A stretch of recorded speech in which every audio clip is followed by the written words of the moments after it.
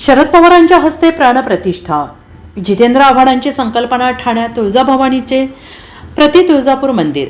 माजी मंत्री जितेंद्र आव्हाड यांच्या संकल्पनेतून ठाण्यातील कोपरी पाचपाखाडी येथे प्रति तुळजाभवानी मंदिर उभारण्यात आलेलं आहे। ठाण्यातील तुळजाभवानी मंदिराच्या मूर्तीची राष्ट्रवादी शरदचंद्र पवार पक्षाचे अध्यक्ष शरद पवार यांच्या हस्ते प्राणप्रतिष्ठा करण्यात आलेली आहे आणि यावेळी राष्ट्रवादीचे प्रदेश अध्यक्ष जयंत पाटील, माजी मंत्री जितेंद्र आव्हाड, माजी मंत्री अनिल देशमुख, ठाकरेंचे आमदार मिलिंद नार्वेकर उपस्थित होते।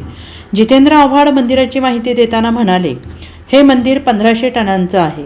मंदिराचे खांब कुठेही जोडण्यात आलेले नाहीत, एकाच दगडाचा एक खांब आहे। या मंदिराला 26 खांब आहेत। हे सर्व दगड आपण तामिळनाडूतील खाणीतून घेतलेले आहेत। खाणीतून घेतल्यानंतर कर्नाटक येथे आणण्यात आले, तेथे कोरीव काम करण्यात आले। 4 वर्ष 50 मजूर तेथे काम करत होते। त्यांनी ही कलाकृती पूर्ण केली आहे। गेल्या 4 वर्षांपासून या मंदिराचं काम सुरू होतं। मंदिराच्या बांधकामात कुठेही स्टील किंवा सिमेंट वापरलेलं नाही, पूर्णपणे दगडाने आणि हेमाडपंथी मंदिर आहे।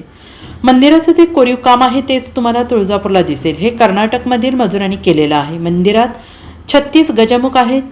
मूर्ती 2004 साली आणली होती। आंध्र प्रदेशातील कारागिराकडून ही मूर्ती साकारण्यात आली। यामध्ये काही चुका झाल्या असतील, आई भवानी माफ करेल, असं आव्हाड यांनी म्हटलं आहे। हे मंदिर आता उभ्या महाराष्ट्रासाठी खुलं करण्यात आलेलं आहे।